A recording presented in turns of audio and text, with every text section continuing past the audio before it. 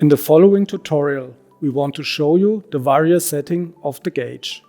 You will see how flexible the gauge can be personalized. This will be illustrated by 3 items: the system settings, the probe settings, and the system information.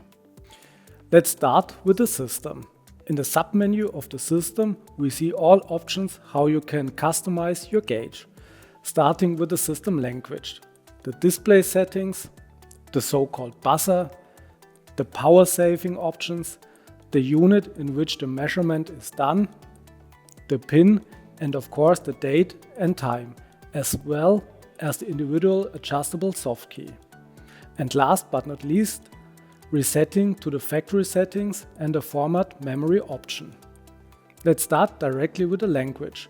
Of course, the gauge supports all common languages, which can be selected quickly and easily. Next, we come to the display. In this menu, we can set the rotation of the display and either not rotate it all by 90 degrees, 180 degrees, 270 degrees, or fully automatically. In addition, we can adjust the brightness of the display. By default, the display is automatically adapted to the ambient brightness. But this can still be set individually via the adjustment. Besides, we can set the resolution of the display and increase it even further with fine. Last but not least, the device has the option to switch between bright and dark mode. In bright mode, the measurement mode is highlighted in a light color scheme. In dark mode, with a dark color scheme. Let's go back to the settings and the buzzer option.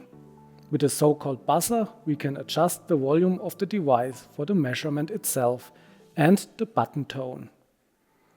In the power saving options, we can set the standby time for the display and the device separately by power down.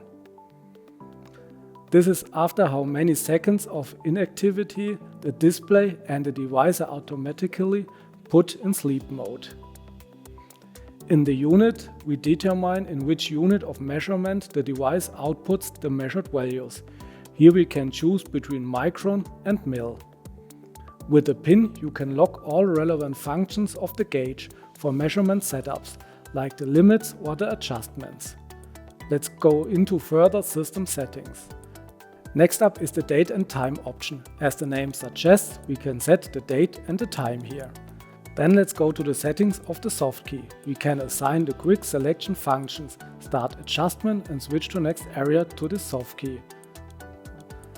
Then let's go to the settings of the soft key.